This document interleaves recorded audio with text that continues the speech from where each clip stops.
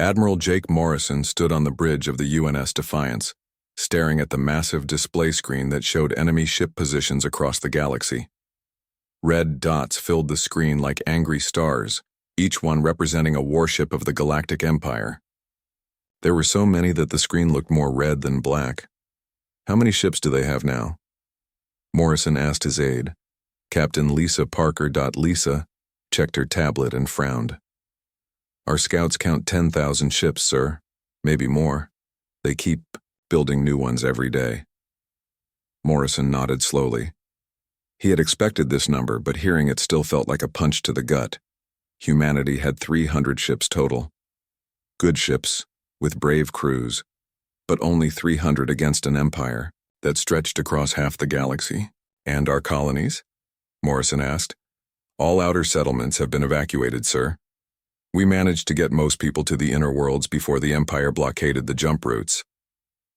Lisa paused, then added quietly, some families didn't make it, out in time. Morrison closed his eyes for a moment.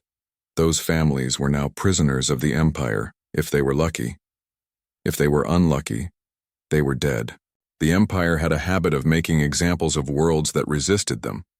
A communication alert chimed through the bridge. The main screen shifted from the tactical display to show a tall, reptilian figure in elaborate golden armor. Chancellor Vexithara of the Galactic Empire looked down at Morrison with cold yellow eyes. Admiral Morrison of the human military, Vexithara said, his voice carrying the arrogance of someone who had never lost a war. I speak to you now with the final terms of your surrender. Morrison straightened his uniform and stepped forward. Around him, the bridge crew fell silent. Every human ship in the fleet was receiving this transmission.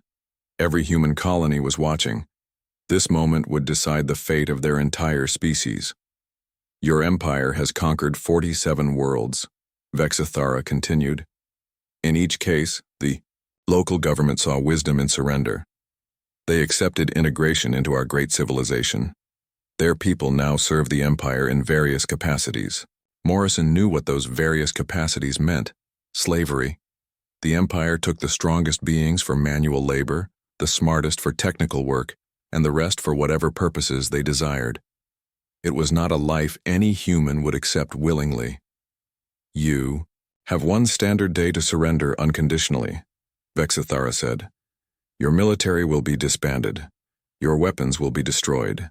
Your people will be relocated to worlds where they can serve the empire effectively. This is generous considering your small size and limited resources. The Chancellor leaned forward, his scaled face filling the screen. Refuse, and we will demonstrate why no species has ever successfully resisted the Empire. Your worlds will burn. Your people will die. Your civilization will become a footnote in galactic history. The transmission ended, leaving the bridge in heavy silence. Morrison could feel his crew watching him, waiting for his response.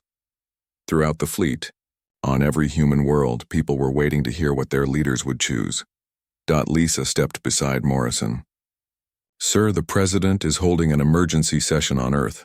The other admirals are requesting orders. What should I tell them? Morrison walked to his command chair, but did not sit. Instead, he activated the ship's communication system. All ships, all colonies, all human settlements. This is Admiral Morrison of the UNS Defiance. You all heard the Empire's offer. He paused, thinking of his daughter back on Earth. She was only 12 years old with dreams of becoming a teacher. The Empire would never let her teach human children. They would put her to work in their factories or worse. I have seen what the Empire does to conquered peoples, Morrison continued. I have read the reports from our scouts. I have spoken to refugees from other worlds. The Empire does not offer partnership. They offer slavery with better food. Morrison's voice grew, stronger. Therefore, I reject their terms completely. We will not surrender. We will not kneel. We will not serve. And if they force this war upon us, we will show them what happens when you corner a species that values freedom above life itself. He activated the general broadcast system, sending his words not just to human ships but to every communication network in known space. The Empire would hear this. Every species in the galaxy would hear this. "We will fight with everything we have," Morrison said. "We will use every weapon in our arsenal. We will sacrifice every ship if necessary. And if we cannot win, we will make sure our defeat costs them so dearly that they will regret ever hearing the name human." Morrison looked directly into the camera. "This is our final warning to the Galactic Empire. Leave our space. Leave our people alone. Return to your own worlds and never threaten us again. Because if you continue this path, we will burn until nothing remains. Nothing at all." The transmission ended. Morrison slumped into his command chair, suddenly feeling every one of his 50 years. Lisa placed a hand on his shoulder. "Sir, that was quite a speech. Do you think they'll listen?" Morrison shook his head. "No, the Empire has never backed down from a fight. They believe their own propaganda about being unstoppable." He looked up at Lisa. "Send word to all ships. Begin Operation Defiance. It's time to show the galaxy what humans do when they have no choice left." Lisa saluted and moved to her station. Across the bridge, officers began transmitting orders to the fleet. In the distance, Morrison could see the first Empire ships moving toward human space. They came in perfect formation, confident and proud. Morrison activated his personal communicator and called his daughter on Earth. The connection would take several minutes to reach her, but he needed to say goodbye. The Empire wanted to see what humans would do when cornered. They were about to find out. The war for humanity's freedom was about to begin, and Morrison knew it would be unlike anything the galaxy had ever seen. The Empire expected humanity to fight like other species had fought, with honor, with rules, with some hope of survival. They were wrong. Humanity had moved beyond such concerns. The Empire would learn, too late, that some species would rather burn the entire galaxy than live as slaves. The news came in scattered reports at first. A mining colony on Kepler 442 had gone silent. Then the farming settlements on New Montana stopped responding to calls. Within 6 hours, President Kate Sullivan knew the horrible truth. The Empire was not waiting for humanity's answer. They were making their own statement. Kate stood in the White House Situation Room, surrounded by screens showing destruction across human space. General Ryan Cooper, head of military operations, pointed to each red zone on the map. "New Montana is gone, Madam President. Complete orbital bombardment. The colony had 2 million people." His voice was steady, but Kate could see the anger in his eyes. Kepler 442 gone. 3 mining stations with their families. The Empire is hitting civilian targets first. "How long do we have before they reach the core worlds?" Kate asked. "Maybe 2 weeks if they maintain this pace. Admiral Morrison's fleet is trying to slow them down, but they're outnumbered badly." Cooper pulled up another screen. "We need to make a decision about Operation Phoenix." Kate had hoped they would never need to discuss Operation Phoenix. It was humanity's most secret plan, developed in the darkest meetings by the smartest people they had. If humanity faced total extinction, they would take as much of the galaxy with them as possible.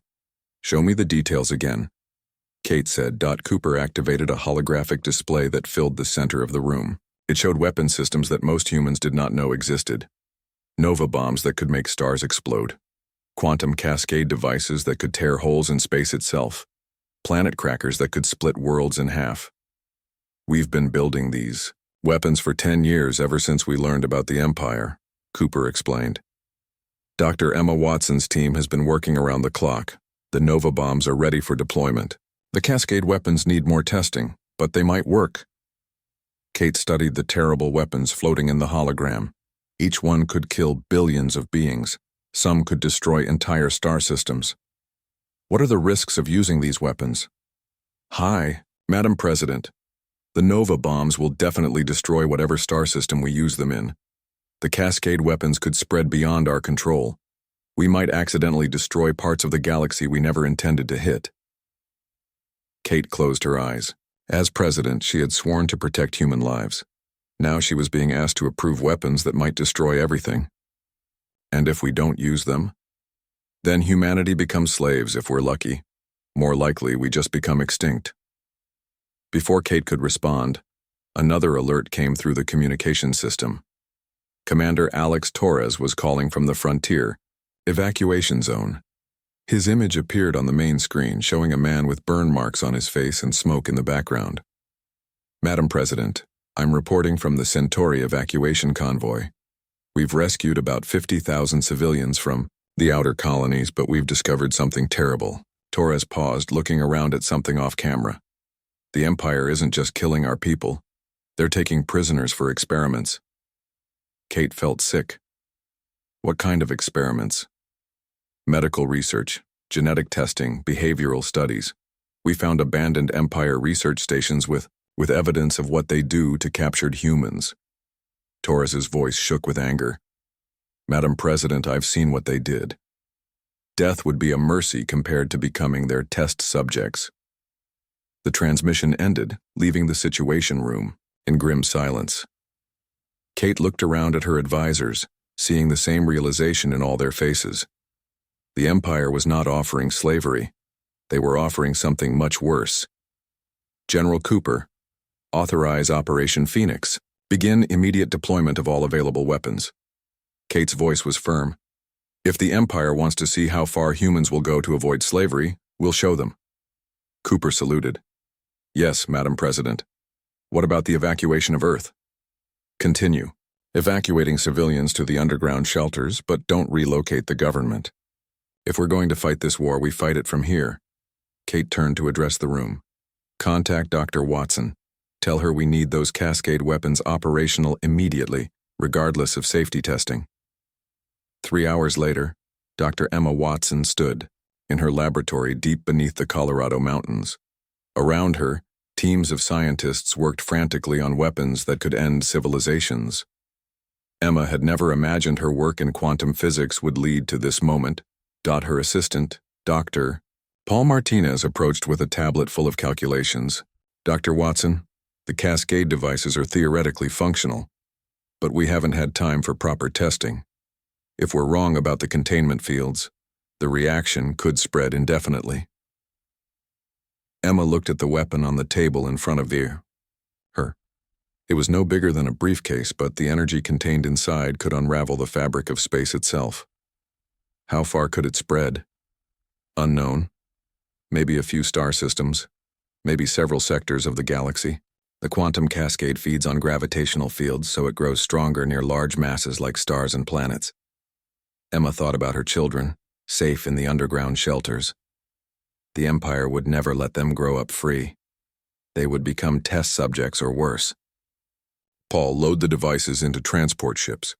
We're going to find out how well they work.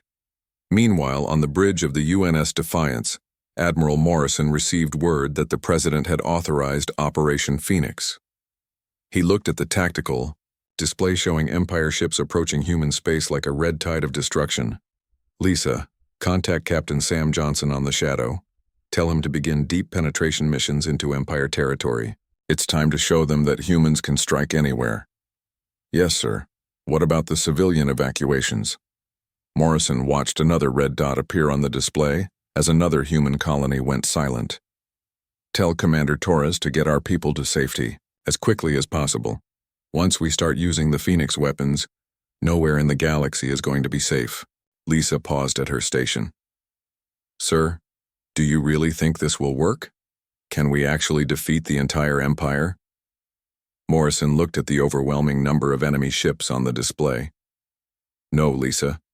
We can't defeat them, but we can make sure they pay such a terrible price for defeating us that every species in the galaxy will remember what happens when you try to enslave humans. He activated the fleet-wide communication system. All ships, this is Admiral Morrison. Operation Phoenix is now active.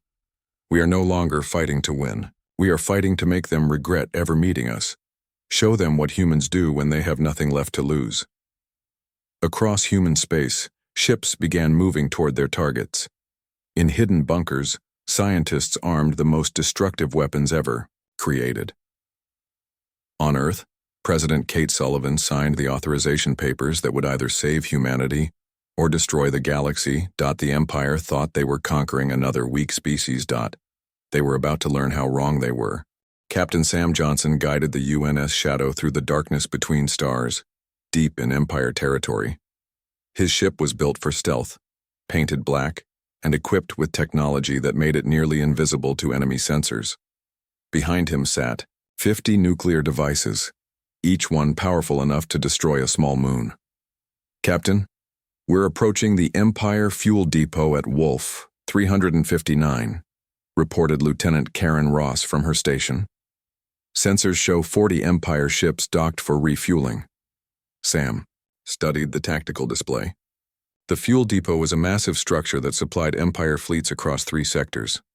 Destroying it would cripple their operations for months. More importantly, it would send a message that nowhere in Empire space was safe from human revenge. How long do we have before they detect us? Sam asked. Maybe 10 minutes if we're lucky. Their patrol ships are running regular sweeps. Karen looked up from her instruments. Captain, there are civilian transports docked at the station, probably carrying supplies and workers. Sam felt a familiar weight in his chest. 6 months ago, he would never have considered attacking a target with civilians nearby. But 6 months ago, the Empire hadn't started experimenting on human prisoners. The rules of war had changed when the Empire decided humans weren't worth treating as people. Deploy the nuclear devices. Set them for simultaneous detonation. Sam's voice was steady. All Empire facilities are now military targets. The Shadow moved closer to the fuel depot, releasing its deadly cargo like seeds of destruction. The nuclear devices drifted silently through space, guided by remote signals toward their targets. Sam watched them spread out across the depot, thinking about the families back on Earth who would never see their loved ones again because of Empire cruelty. Devices deployed and armed, Captain. Detonation in 60 seconds. Karen's fingers moved across her control panel. Empire patrol ship changing course toward us. They might have detected something. Take us out of here. Maximum stealth. Sam ordered the retreat, but kept watching the tactical display. In 40 seconds, the Empire would learn that humanity could strike anywhere, anytime. The fuel depot vanished in a series of brilliant explosions that lit up half the star system.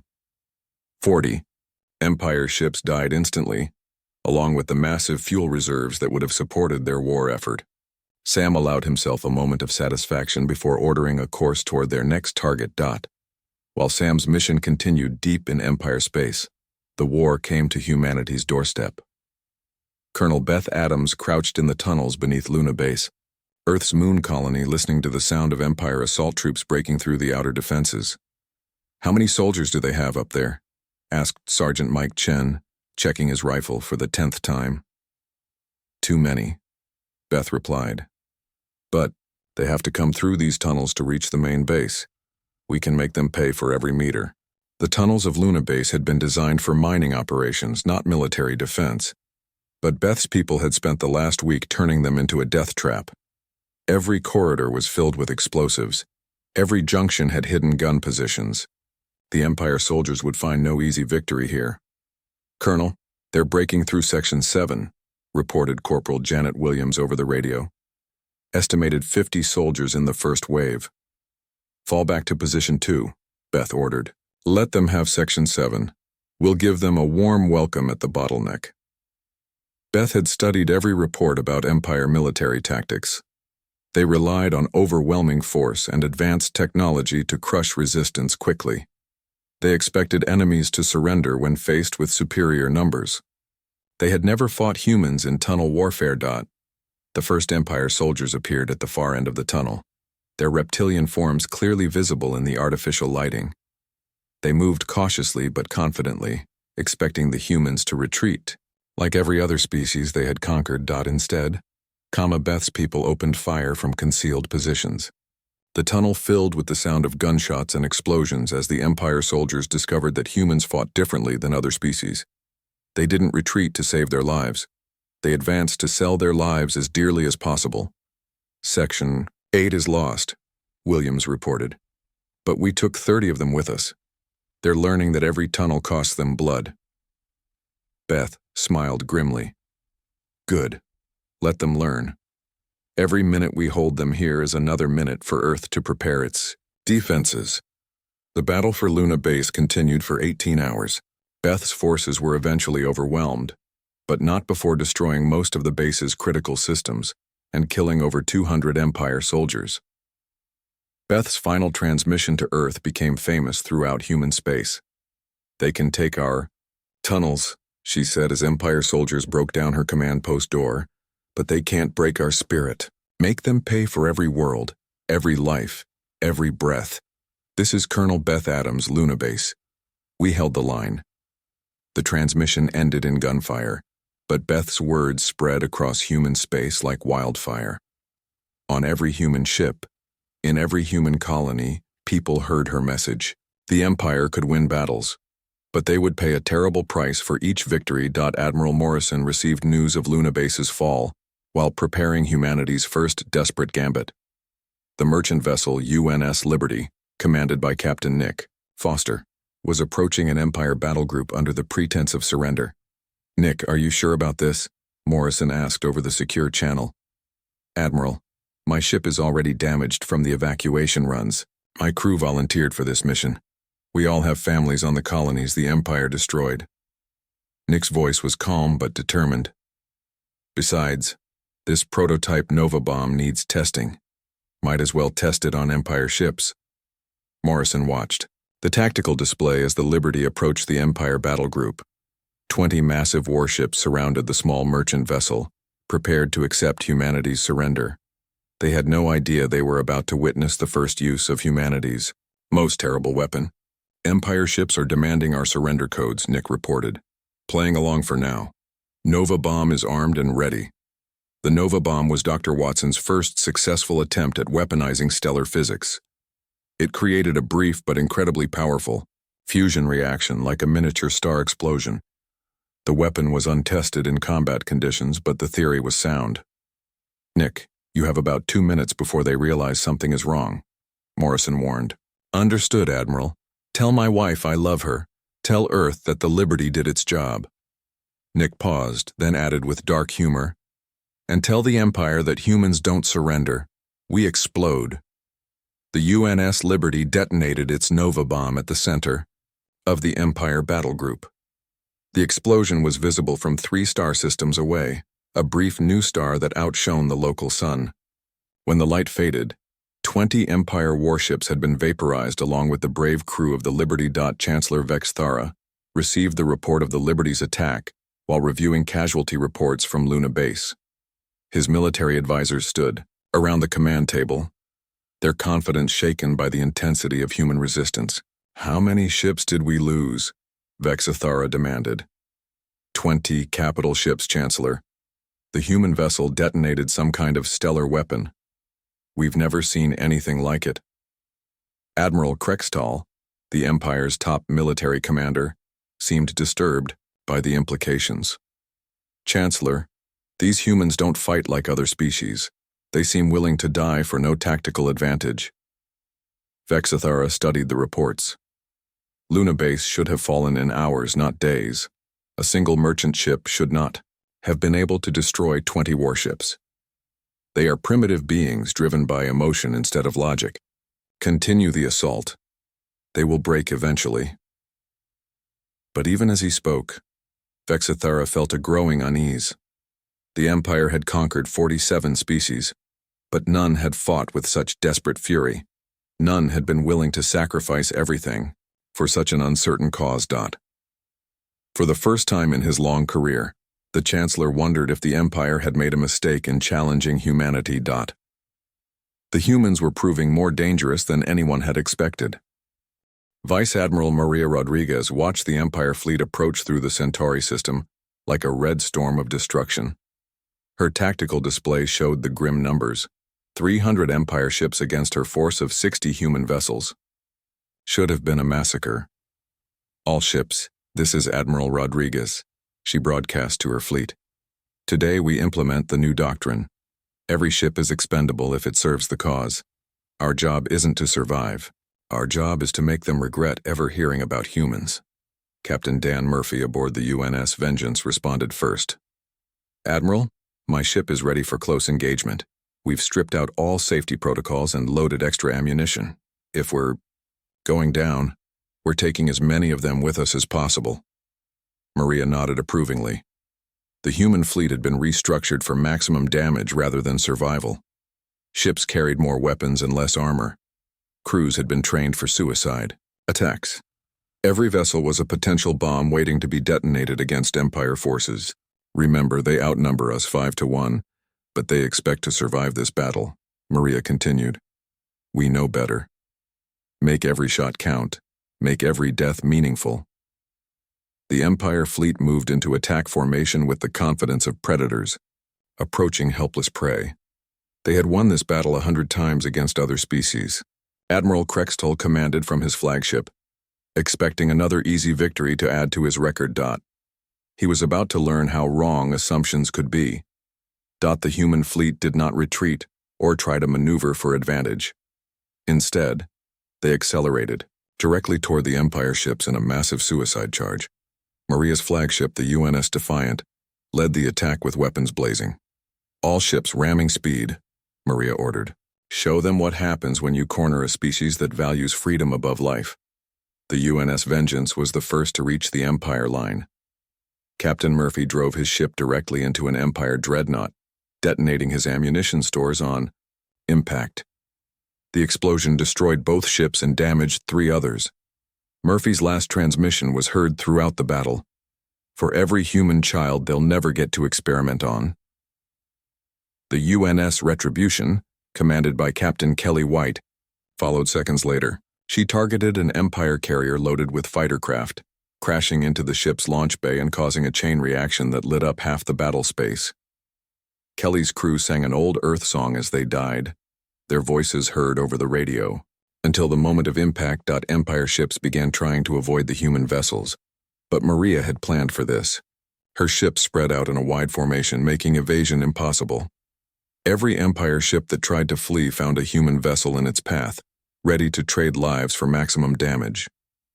Admiral Rodriguez, my engines are damaged, but weapons are still online, reported Commander Chris Baker from the UNS Justice, requesting permission to ram that command ship.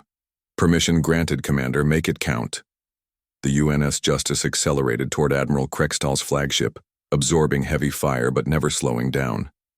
The Empire Admiral watched in horror as the human ship bore down on him, its crew singing their death song over open channels. The collision destroyed both flagships, but not before Chris Baker transmitted one final message.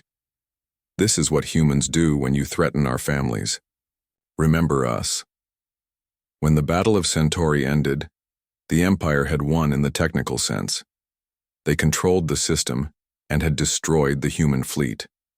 But they had lost over 100 ships in the process, and the survivors were shaken by the ferocity of human resistance. Admiral Krextol died in the collision with the Justice, but his final report reached Chancellor Vexthara. These humans fight like no species we have ever encountered. They seem to prefer death to defeat. I recommend immediate peace negotiations. But peace was no longer possible. Deep beneath Earth's surface, engineer Tony Mitchell put the finishing touches on humanity's most dangerous weapons. The quantum cascade devices were ready for deployment, though their effects remained largely theoretical. Dr. Watson, the cascade generators are operational, Tony reported. But I have to warn you again about the risks. These weapons don't just destroy matter. They destabilize the fabric of space itself. Emma Watson studied the readings on her instruments. The quantum cascade worked by creating a tear in spacetime that fed on gravitational energy. Near stars and planets, it would grow stronger and spread farther. How far could a single device spread? Unknown. The cascade feeds on mass and energy, so it could theoretically consume entire star systems. Maybe more. Tony looked worried. Dr. Watson, once we trigger one of these things, we might not be able to stop it. Emma thought about the reports from the frontier colonies. Empire scientists were performing medical experiments on human prisoners, testing the limits of human endurance and biology. Children were being used as test subjects for new weapons and diseases. Tony, Load the cascade devices into stealth ships. We're going to find out exactly how well they work. Meanwhile, Chancellor Vexithara stood in his command center, reviewing casualty reports that grew worse with each passing hour. The Empire had won every major battle, but the cost was becoming unsustainable. Chancellor, we've lost over 300 ships in the past week, reported his aide, General Zephion. The humans keep using suicide attacks. Our crews are becoming afraid to engage them directly. Vexithara studied the tactical displays showing human territory shrinking every day. By all logic, the war was nearly over. But the reports from the front lines told a different story. Human resistance was growing more desperate and more deadly. What about their homeworld? Vexithara asked. Earth's orbital defenses are strong, but we can overwhelm them with sufficient force. The problem is that every attack costs us more ships than expected. The humans have turned their entire planet into a fortress. Vexithara made his decision. Assemble the core battle fleet. We will attack Earth directly and end this war quickly. The humans will surrender when they see their homeworld burning. He was wrong about that too. Admiral Morrison received intelligence about the Empire's planned assault on Earth, while coordinating the deployment of cascade weapons. He activated the emergency communication system to address all remaining human forces. All ships, all colonies, all humans still fighting. This is Admiral Morrison. The Empire is massing their main fleet for an attack on Earth. This is our final battle. He paused, thinking about his daughter safe in the underground shelters. We've shown them that humans don't surrender. Now we'll show them that we don't break either. Morrison looked at the cascade weapon reports on his desk. The devices were ready for deployment, though their effects could not be predicted or controlled. Once triggered, they might destroy everything in multiple star systems. Dr. Watson reports that the cascade weapons are operational. We're going to use them, regardless of the consequences.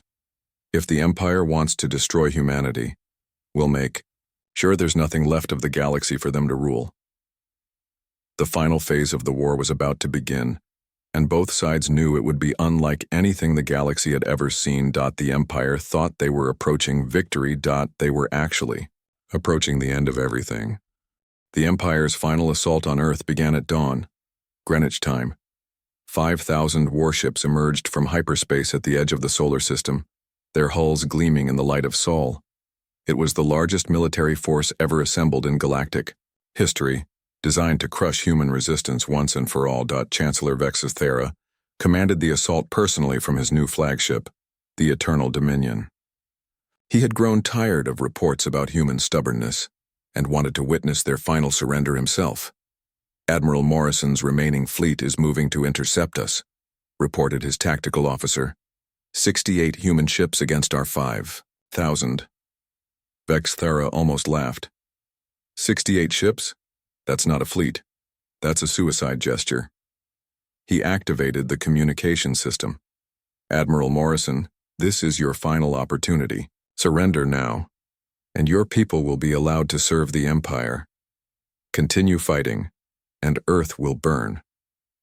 On the bridge of the UNS Defiance, Admiral Morrison listened to the Chancellor's ultimatum with calm determination. Around him, his bridge, crew prepared for their final battle. They all knew they would not survive the day, but they also knew their deaths would have meaning. Chancellor Vexithara, this is Admiral Morrison, he replied. You've had months to learn what humans do when threatened. You've seen our colonies burn, our ships die, our people fight to the last breath. Did you think we would act differently when you threaten our homeworld? Morrison paused, looking at the cascade weapon activation codes on his command console. Dr. Watson had placed the devices throughout the solar system, each one capable of unraveling space itself. You wanted to see what humans do when cornered. You wanted to break us like you broke the others. Now you'll learn the truth. We don't break. We burn. And we take everything with us. He turned to Captain Lisa Parker, his loyal aide who had stayed with him through the entire war. Lisa, activate all cascade devices. Full power. Lisa hesitated for only a moment. Sir, Dr. Watson's latest calculations show the cascade might spread beyond our solar system. we could accidentally destroy inhabited worlds. The Empire made that choice when they decided to enslave us, Morrison replied. Every species in this galaxy had the chance to stand up to the Empire. They chose slavery instead. Now they get to share our fate. Lisa entered the activation codes. Deep in space, quantum cascade devices came online and began their terrible work. The fabric of space-time started unraveling near Jupiter first, creating a sphere of absolute nothingness that began expanding outward. The human fleet charged toward the Empire Armada in a final desperate attack. They had no hope of victory, but victory was no longer the goal. Each ship was loaded with nuclear weapons and crewed by volunteers who had lost everything to the Empire. President Kate Sullivan addressed Earth from the White House bunker as Empire. Ships entered orbital bombardment range. My fellow humans, today we face our final test. The Empire offers us slavery in exchange for our lives. We choose freedom, even if it costs us everything. The bombardment of Earth began as the human fleet clashed with Empire forces. Captain Dan Murphy drove the UNS Vengeance directly into an Empire battlecruiser, shouting over the radio, "For every human child who will never grow up free." The explosion lit up the void like a new star. Captain Kelly White followed in the UNS Retribution, ramming her ship into an Empire carrier. Her final transmission was heard across the battle. This is what happens when you underestimate human spite. One by one, human ships died in brilliant explosions that took Empire vessels with them. The pattern was always the same. Humans refusing to retreat, refusing to surrender, choosing to die in ways that inflicted maximum damage on their enemies. Commander Chris Baker commanded the last surviving human warship as Earth's surface began to glow under orbital bombardment. All Empire ships, this is humanity's final message. You came here to conquer us. Instead, you've triggered our extinction protocol. The cascade devices are now active and spreading beyond our control. The quantum cascade had indeed spread beyond Jupiter. It consumed Mars in seconds, turning the planet into empty space. It reached the asteroid belt and began feeding on the gravitational energy there, growing stronger and larger. Chancellor Vexithara watched the cascade approach his fleet with growing horror. His scientists had never seen anything like it. Space itself was being deleted, leaving nothing behind. "Can we stop it?" he demanded. "No, Chancellor, the cascade feeds on gravitational energy. The more mass it encounters, the faster it spreads. It's already consumed 3 planets and is accelerating toward us." Vexithara realized too late what humans meant when they said they would burn until nothing remained. They had created a weapon that could destroy everything, including themselves. "Order full retreat. All ships. Emergency jump to hyperspace." But it was too late. The cascade reached Earth just as the last human died in the orbital battle. Commander Baker's ship exploded against an Empire dreadnought, his final words echoing across all frequencies. "Remember us, galaxy. Remember what happens when you push too far." The cascade consumed Earth in an instant, along with half the Empire fleet. Ships trying to escape found that hyperspace itself was being unraveled by the expanding sphere of nothingness. The weapon that was meant to destroy humanity had become something far worse. Chancellor Vexithara escaped in one of the few ships to reach minimum safe distance before the cascade expanded. He watched his mighty fleet disappear into absolute void, taking with them the dreams of Empire conquest. The cascade continued spreading, consuming the inner solar system and accelerating toward the outer planets. Dr. Watson's calculations had been conservative. The weapon was not stopping at the solar system's edge. Within days, the cascade reached Alpha Centauri, consuming the star and its planets. The energy released by stellar destruction made it grow even faster. Within weeks, it had consumed a dozen star systems. Within months, entire sectors of the galaxy were being erased from existence. The Empire's victory had become the galaxy's greatest disaster. In trying to conquer humanity, they had triggered a chain reaction that was consuming everything. The cascade spread along gravitational pathways, following the natural structure of space itself. Years later, a lone Empire escape pod drifted through the expanding void where thousands of star systems had once existed. Inside, a single survivor listened to the final human transmission on repeat, trying to understand what had gone wrong. "This is humanity's legacy," the recording said. "We kept our promise. We burned until nothing remained. Remember us, galaxy. Remember what happens when you push too far." The survivor, former Empire Lieutenant Kethavar, had lost his homeworld to the Cascade 3 months earlier. His family, his civilization, everything he had ever known was gone. Only empty space remained where his people had lived for millennia. He understood now what the humans had been trying to tell them.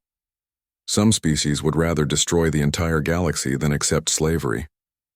The Empire had met their match in humanity, and the cost of that meeting was everything. The Cascade continued its relentless expansion, consuming star after star, planet after planet, civilization after civilization.